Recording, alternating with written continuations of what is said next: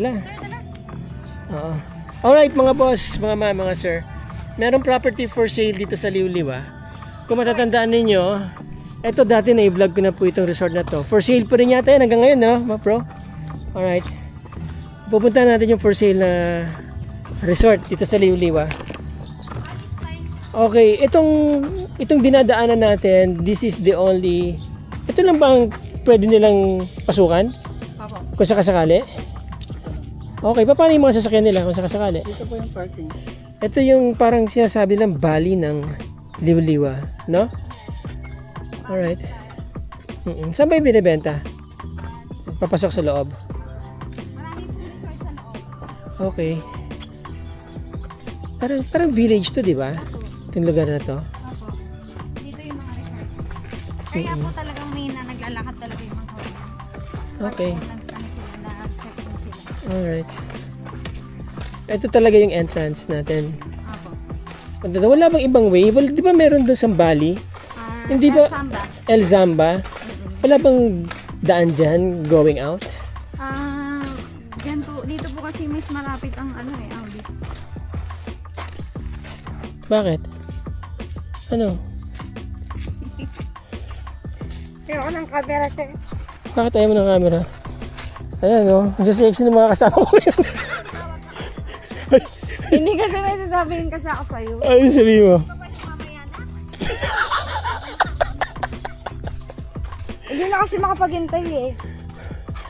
So, ito yung binibenta. Yes po. Nice. Wow, ganda.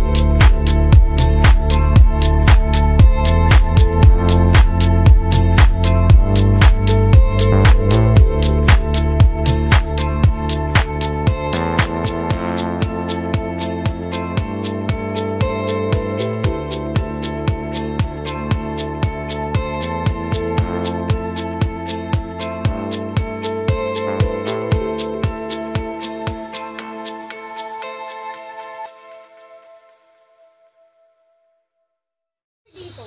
Ha? Para pagpasok mo ganyan, no, bungad ka. Pero hindi ka dito daan sa resort. Para diyan ka muna pag ganun. Para makita agad yung statue. Okay. Mga nakita niyo mga boss, mga ma'am, mga sir ha. Yun ang bili ni Ma'am Emeline. Yun daw ang aking, ano to, intro. O sige, intro tayo doon. Mamaya, Yan. ihuli mo yun. Tignan nyo, ma'am, bagay na bagay ka dito sa resort na to ha. Opo. Oo. Actually pa ako may-ari. Charot. Joke lang. Ma'am, Hindi naman no? kita nila yung tinapay ko.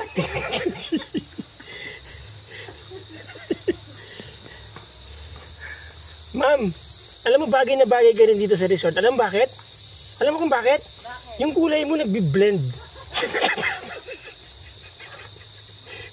Nagbi-blend dito. Bata ako, sir eh. Hindi, maganda yung pagkaka, di ba? Ang ganda ng kulay, may morena dyan, tapos may ganito, no? Maganda nga ng anong din. Okay, ang ganda ng vibes. No, Alin? Mamaya. Sige. Okay. Ilan? 900 square meter. Alright. Okay. Okay mga boss, mga ma'am, mga sir. Doon kami galing.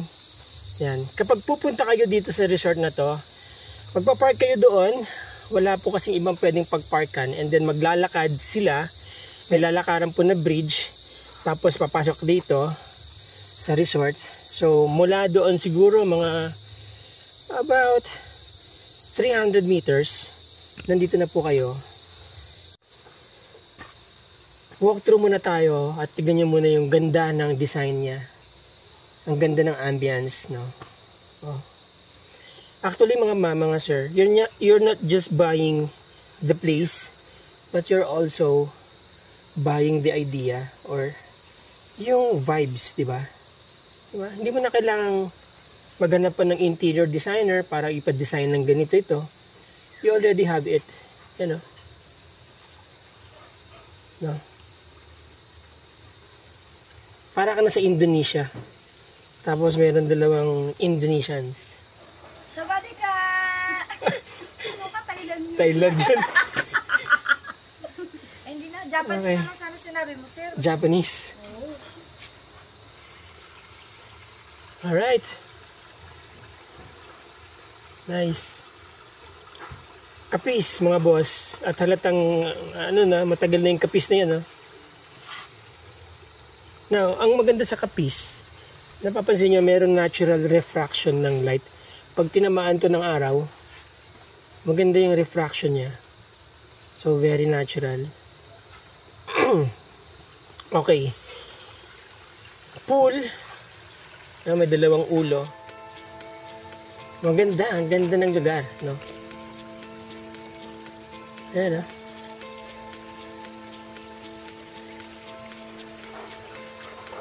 Now, dito, talagang nakatago kayo dahil malayo yung parking space. Okay. Ganda. Nice. Now here, meron silang andito yung kanilang pump. Water supply, pump room. Tapos meron silang generator. Sa presyo po nito mga boss, mga ma'am, mga sir, all in na po. So, andito yung makina ng pool. Yan. Yun.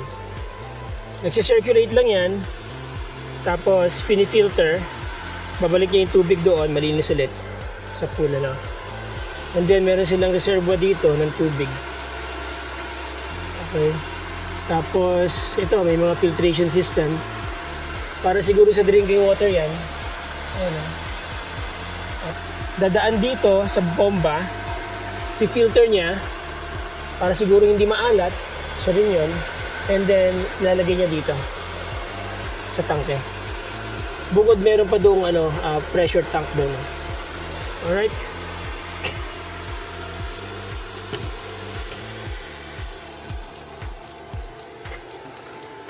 Ito, may pressure tank dito. Okay, so, ganun din yung kanyang diba? Kumbaga, everything that is here, inspired ng Bali. Bali of Indonesia. sikat po yung Bali. Dito sa atin parang El Nido siguro o Boracay. No? Okay. Iwan na natin yung pool.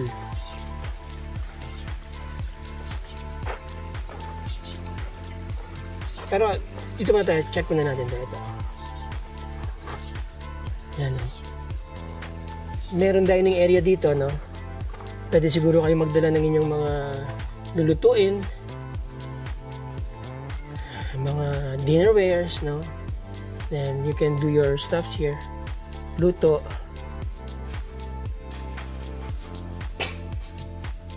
Dining area. Meron ding bomba dito sa gilid, no? Auxiliary, di ba? Just in case mawala ng power. Anyway, may generator naman. And then may shower area dito. So, pwede rin kayo mag-shower dito sa labas. Mukhang masarap mag-shower dyan, ano? Ihawan. And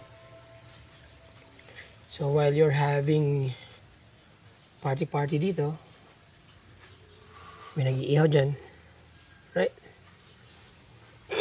Okay. Check po natin yung pool, then tignan natin yung mga loob ng kwarto. Right now, operating po sila. Pwede kayo mag-inquire kung gusto nyo mag-check-in. Kung gusto nyo mag-stay dito. Ganda ng pool. Ayan. Nice, no? Oh. Nice.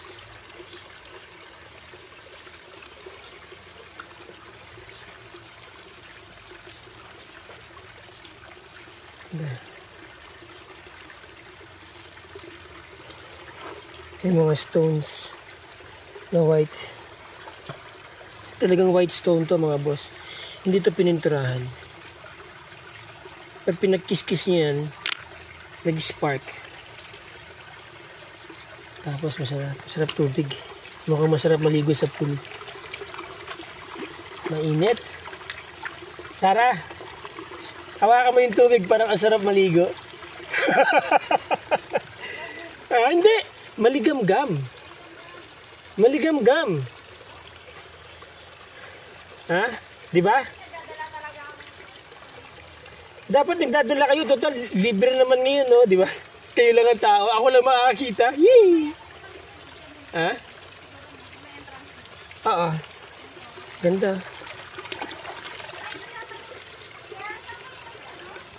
Nice. Alright, so maganda yung pool, ano, mga boss, kasi maluwag. Safe. Meron kayong tambayan dyan. Tapos, circulating. Kaya laging malinis pa po yung pool. Right? Ang property nila, so galing tayo doon, ano, umikat na po tayo. Dito may mga common CR. Showers, toilets. Tapos meron pa sa taas. Ewan ko kung ano yan. Parang ano rin, for rent siguro na room pero walang CR. Room lang. Yan. Yung mga backpackers, yung mga naghahanap ng budget, budget adventure. Okay dito, ayan o. Yan. Ewan ko lang kung quarter yan ng mga tao nila, no? Not sure. Pero mukhang quarter ng mga tao nila. Maganda yung maganda rin yung kapitbahay. Sabi sa akin, kamag-anak to nila yan eh. Kaya parang almost the same sila ng design, ano. Now, this is the sampayan area. Laundry area nila, dito na rin. Okay. Yun, laundry area. Maluwag pa tong space nito, ano. Pero naka-dedicate na nga po ito sa laundry. Someday, pwede kayo magpagawa rito ng isang diretso, may bubong. Pwede rin, diretso, may bubong. Para maski umuulan, pwede kayo magsampay. O halimbawang may mga guest na dumarating. Minsan kasi maski tag-ulan, may mga guest eh. Especially here sa Liwliwa. Alright. Dito, yung mga tabi nila, meron na mga sampayan. Para sa mga guests, syempre, alam mo na mga guests, mahilig maglublob yan, maya-maya. Di ba? May pool kasi. Okay.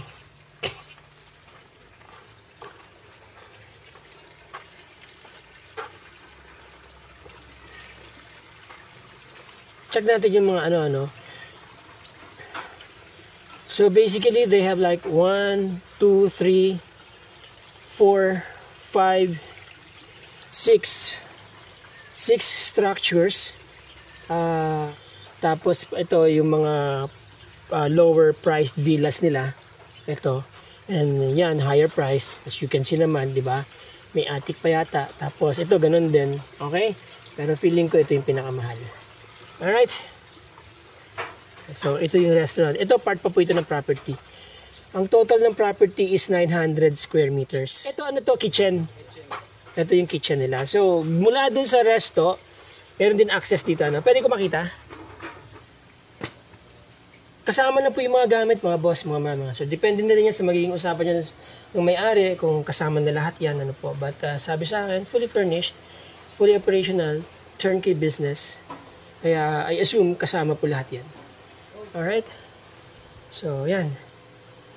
Yan, no? Meron silang heavy duty na lutuan. Nasa labas yung gasol. Okay? Maaliwalas ang kusina, maganda ang pasok ng hangin. Maluwag. Anyway, hindi naman ganun karami ang diners kung sakasakali.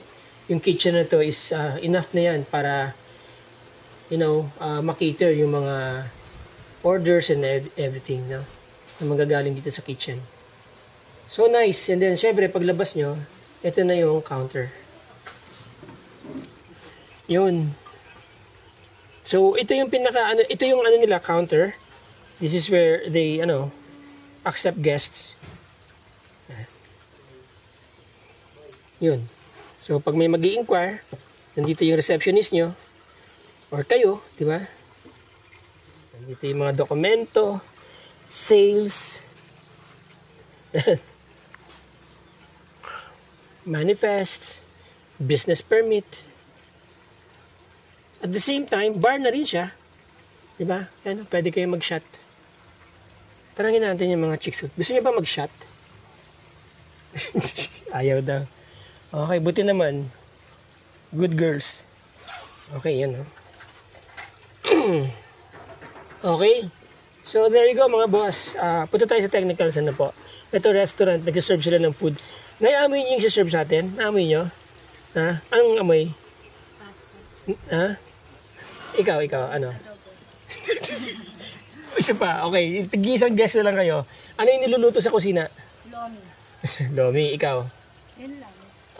Adobo lang? Pansit. Mama, si Madam, pansit. Ayun, pansit. Talo ka. Pinasok mo rin. Ha? Hindi mo na pinasok. Papasukin ko pa. Kakain muna tayo ng pansit. Alright. Basta bigla meeting kita. Hello ulit po. Yan. Thank you so much po kay Sir. Meron po kaming food specially prepared. Pina-prepare ng may-ari ng resort. Okay? Shoutout na naman si Sir. Bago ka kumain. Shoutout po kay Sir. Di ko po pwedeng sabihin yung name niya. Okay, sige. Shoutout kay Sir. Sir po. Thank you so much po, Sir. Oo, sa pansit. Alright. Yun. Sarap niya mga boss. O, kita niyo naman, ang daming sahog, di ba? O, di ba? Talagang inunahan na ni Ma'am Emeline. Tom Jones na eh.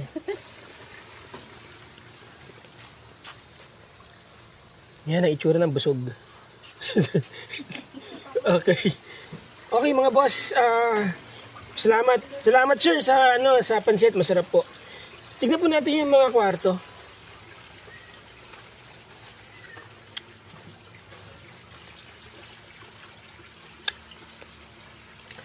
So ito po yung mga beach pool front villas.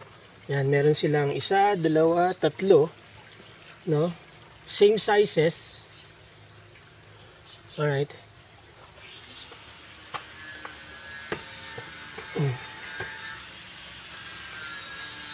Pag nandito kayo, sarap tumambay. Yan, ganda ng view, ang ganda ng vibes, no? Tapos, Yan, habang nagre-relax ka dyan sa pool. Diba? Maligam-gam yung tubig ng pool, mga boss. Right. So, ito yung villa. Ganda. Villa 2. Oh. Nice. Wow.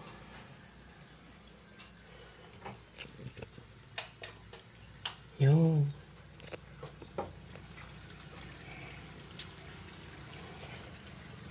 Ganda.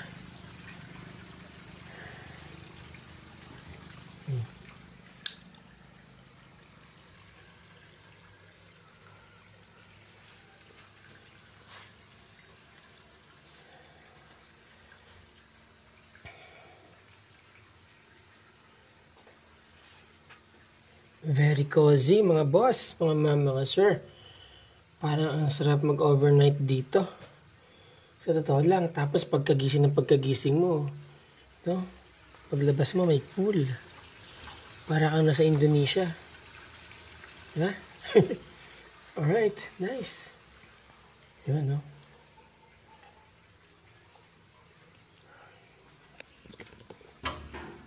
Oh, yeah. Aba, okay ah.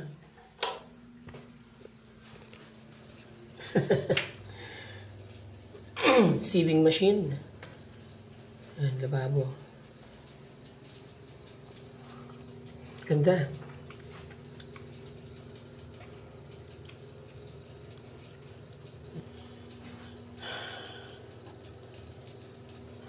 Alright. Pati kulay, no? Oh. Pati tile wall. Para-pareho siguro sila bawat kwarto. Nice. Brown. Ito, ganun din yan, malamang. Ito naman, salamin. Ang kanyang door.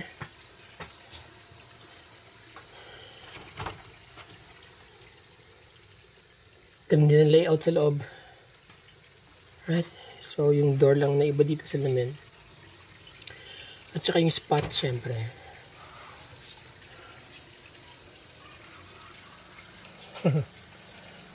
Alright, no? Lalong dumagdag sa pagiging nature, naturalesa ng lugar.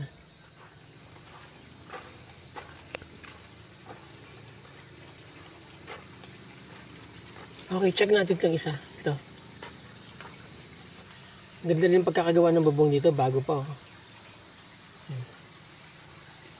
And then here, maganda to para sa isang grupo, isang pamilya. Babakasyon kayo dito. Wala siyang beachfront ano po, pero mga about 5 minutes walk siya going to the beach. Maglalakad kayo papunta sa dagat. Pero may enjoy nyo naman tong ganitong ganitong ambience, oh. Ganitong very relaxing ambience ng resort na to. No?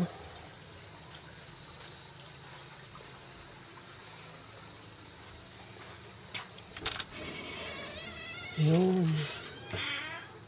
Wow. Alright. So, ito yung room. Ganda, no? Nakaharap ka sa pool. Diba? And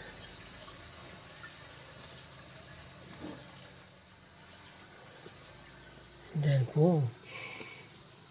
Ito na yung villa na may loft. Ayan.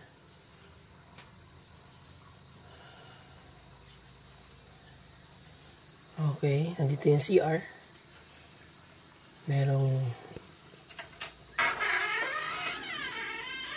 cabinet dito. Ayan. Ganda, oh. Alright. May malaking salamin.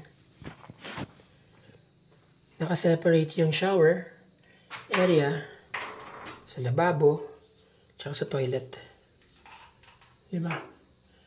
Kaya, pwedeng gumamit ng bathroom and toilet, 3 tao, sabay-sabay. Especially kapag mag-check out na lahat nagmamadali. Yan. Ang ganda nito. Yun. Okay. Yan. Ganda. Wow, nice place.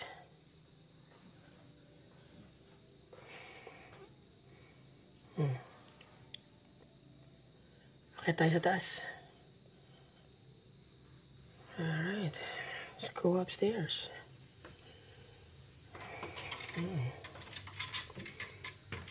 Oh.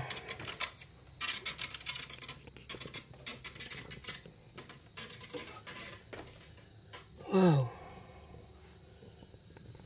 Alright. Ganda. Nice. So, pwede dito 1, 2, 3, 4, 5, 6. Pwedeng 6 na tao dito. Tapos, 2 dito. So, pwedeng 8. 8 heads. Plus doon. 8, 10, 12. Pwedeng 12 heads. No? Anyway, meron namang outside shower and toilet na pwedeng magamit just in case na, diba, sabay-sabay ang check out. And ganda. Nice place. Okay. Now last villa. Ito naman ngayon. Alright. Yun. Nice, ha? Ganda rin dito. Wow.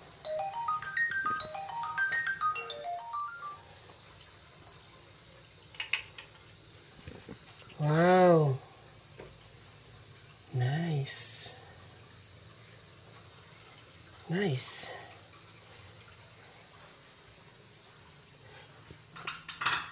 Okay, ganun din, no? Sieving machine. Yan, pinapatukan ng lababo. Pareho lang din ang design. Pareho lang din yung tiles, no? Yung mga comfort rooms.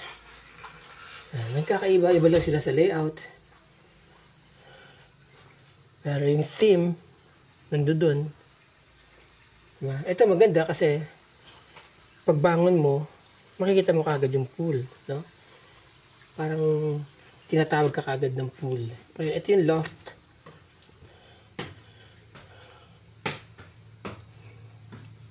Alright, so ganyan lang naman dito.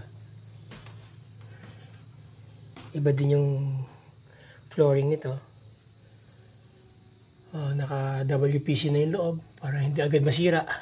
Matagal po itatagal niyan. Ano? Ayan. Ito kahoy talaga. Alright. So yan, kita mo yung pool dyan sa bintana. Blinds, no? Medyo matarik lang, kaya ingat. Pag may bata, kailangan alalay. Matarik. Ayan. Alright. Labas na po tayo. So, okay mga boss, mga man, mga sir. Ito pong property is operational resort. Located po ito sa Liuliwa. Nandito lang po sa harap ko ang beach, ano po. Tapos maraming mga resort po dito sa lugar na to, kahit na hindi siya accessible by car. Maganda yung location mga boss. Very serene, ano. Parang nasa loob ng ng isang forest. Pero malapit ka sa beach. Yes, ang ganda ng vibes po ng resort na to. Operational siya. Ang sabi ng may-ari, lean season, that is ngayon June, July, August usually yan, or July, August, September, yan yung mga lean seasons. July, August, September. So yan, usually yan yung mga lean season or June, July, August. Yan po yung mga lean seasons. Is earning around 80 to 100k per month. Kapag regular season, yung paalis na siya dun sa lean season, nasa 150 to 250 per month ang monthly income. And then kapag peak season po, kaya po daw niya mag 300 to 400,000 monthly income. So ang reason for selling, mga boss, ay may negosyo po kasi yung may-ari sa Bulacan. Medyo malayo itong Zambales para i-manage pa nila. So nag-decide na silang bitawan na nila. And so ito yung makakabili nito kasi turnkey operation po ito. Turnkey business, no? Meron ng mga parokyano to. May mga repeat customers na. 900 square meters po ang totality ng property. Meron pong makina ng swimming pool. Meron silang generator. Ano po? Okay? So, binibenta po ng may-ari ng 17 million itong property. Now, pwede nyo naman po siyang kausapin daw tungkol sa terms. Open naman daw po siya. Kung halimbawa mag-50% down payment, okay daw po siya doon. Tapos, kayo na rin po yung makipag-negotiate sa price. Ano po, kapag halimbawang interesado po kayo dito. Ako naman po nag-vlog lang po ako ng property niya. Sir, masarap yung pansit. Maraming salamat sa iyo. Okay? Mga boss, mga mga sir, para po sa mga interesado dyan na makita itong place, gusto nyo bisitahin, ano po, nandyan po yung aking contact details. PM nyo ako, tawagan nyo ako. Kung hindi ko man po kayo masagot agad, I'll make sure within 24 hours, sasagutin ko po yan. Maraming salamat sa inyo, mga boss, mga sir. Till the next video. Ciao.